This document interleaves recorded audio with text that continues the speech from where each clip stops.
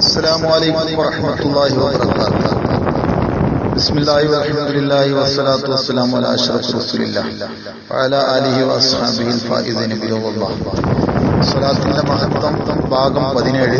സഹോദരന്മാരെ, അല്ലാഹുവിന്റെ ഹബീബ് നബി സല്ലല്ലാഹു അലൈഹി വസല്ലം തങ്ങളുടെ പേരിൽ അല്ലാഹു എത്ര കണ്ട് റെസ്പെക്ട് നൽകുന്നുണ്ട് എന്നതിന്റെ ഉദാഹരണങ്ങളാണ് നാം പറഞ്ഞു വരുന്നത്.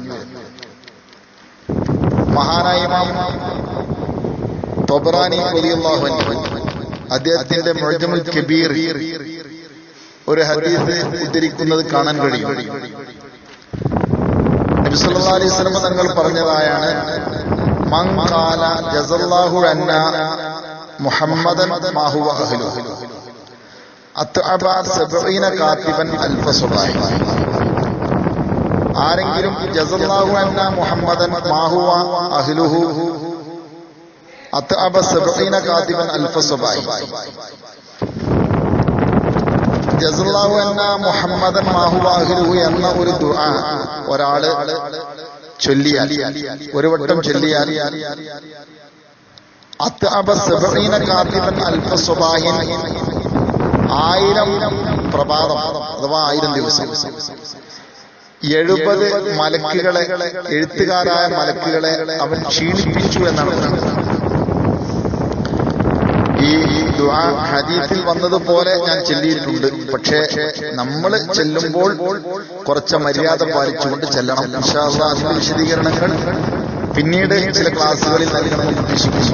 നബി സല്ലല്ലാഹു അലൈഹി വസല്ലം തങ്ങളുടെ പേരിന് മുമ്പ് സയ്യിദിന കൂട്ടണം. അതുപോലെ അവിടുത്തെ പേരിന് ശേഷം സല്ലല്ലാഹു അലൈഹി വസല്ലം പറയാം.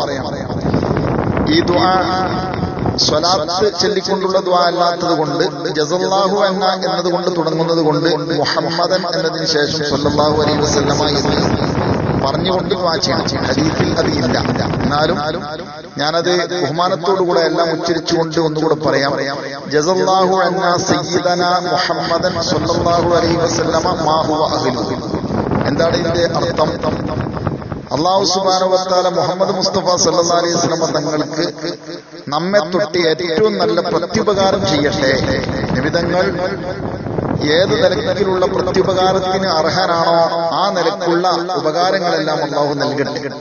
നമുക്ക് നബി സല്ലല്ലാഹു അലൈഹി വസല്ലം തങ്ങൾ നൽകിയിട്ടുള്ള സമ്മാനങ്ങളും സേവനങ്ങളും വാക്കുകളിൽ ഒതുക്കാവുന്നതല്ലല്ലോ. അത്രയും വലിയ ഈ സമൂഹത്തിന് വേണ്ടി നിലകൊണ്ട മുത്ത് നബി സല്ലല്ലാഹു അലൈഹി വസല്ലം തങ്ങൾക്ക് അല്ലാഹു തആല അർഹമായ പ്രതിഫലം കൊടുക്കട്ടെ എന്ന് പറഞ്ഞുകൊണ്ടുള്ള ആ ദുആ, ഇതൊരാൾ ഒരു തവണ പറഞ്ഞാൽ നബി തങ്ങൾ പറയാണ്, അത്അബ 70 കാത്തിബൻ അൽഫ സുബാഹി, 1000 പ്രഭാതം 70 കാത്തിബീങ്ങളെ അവൻ ക്ഷീണിപ്പിച്ചു എന്നാണ് പറയുന്നത്. അതായത് അതിന്റെ വാല്യൂ, അതിന്റെ പ്രതിഫലവും മൂല്യവും ഒക്കെ എഴുതാൻ പുറപ്പെട്ടാൽ അത് എഴുതി തീർക്കാൻ സാധ്യമല്ല.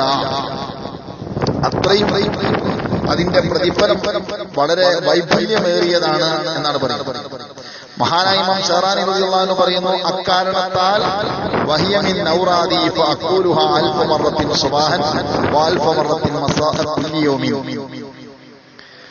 ആ കാരണം കൊണ്ട് ഞാൻ എല്ലാ ദിവസവും പ്രഭാതത്തിലും വൈകുന്നേരവും 1000 തവണ ചെല്ലുക എന്നത് എന്റെ ജീവിത വ്രതമായി ഞാൻ തിരഞ്ഞെടുത്തിട്ടുണ്ട്, എന്റെ വിരുദ്ധായി ഞാൻ തീരുമാനിച്ചിട്ടുണ്ട്.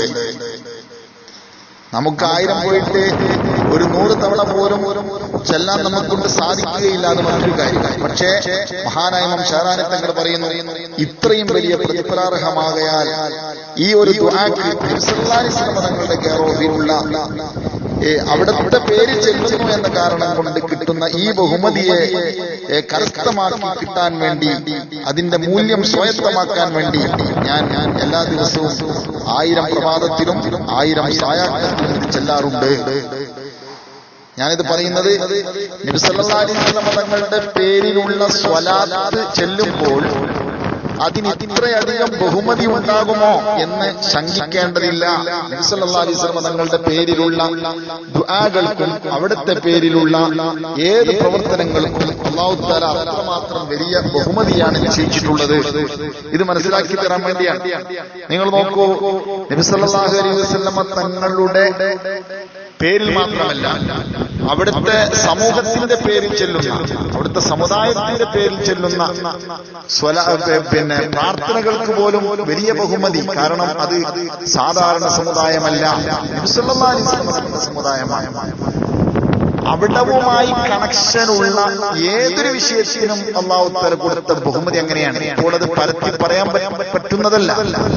അവിടുന്ന് ജനിച്ച സ്ഥലം, വഫാത്തായി കിടക്കുന്ന സ്ഥലം, അവിടുത്തെ സമൂഹം, അവിടുത്തെ അനുയായികൾ, അവിടുത്തെ ഗ്രന്ഥം, അവിടുത്തെ കാലഘട്ടം, ഇങ്ങനെ തുടങ്ങി അവിടുത്തെ ഭൂമിക്കോ ആകാശത്തിനോ പവർ എന്ന ചർച്ചയിൽ പോലും ഭൂമിക്കാണ് പവർ കൊടുക്കുന്നത് എന്ന്, കൂടുതൽ ബഹുമാനം ഭൂമിക്കാണ് കൽപ്പിക്കുന്നത് എന്ന് പറഞ്ഞ സ്ഥലത്ത് മഹാന്മാരതിന് ന്യായം പറഞ്ഞത്.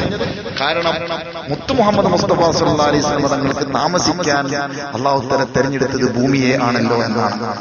ഇങ്ങനെ ഓരോ കാര്യങ്ങളും അതിലേക്ക് കടന്നാൽ അത് വൈപുണ്യമേറിയതാണ്. അല്ലാഹു തആല നമുക്കിതെല്ലാം അംഗീകരിച്ച് വിശ്വസിച്ച് പ്രവർത്തിക്കാൻ തൗഫീഖ് നൽകുമാറാകട്ടെ. ഇൻഷാ അല്ലാഹ്. ബാക്കി പിന്നീട്. അസ്സലാമു അലൈക്കും.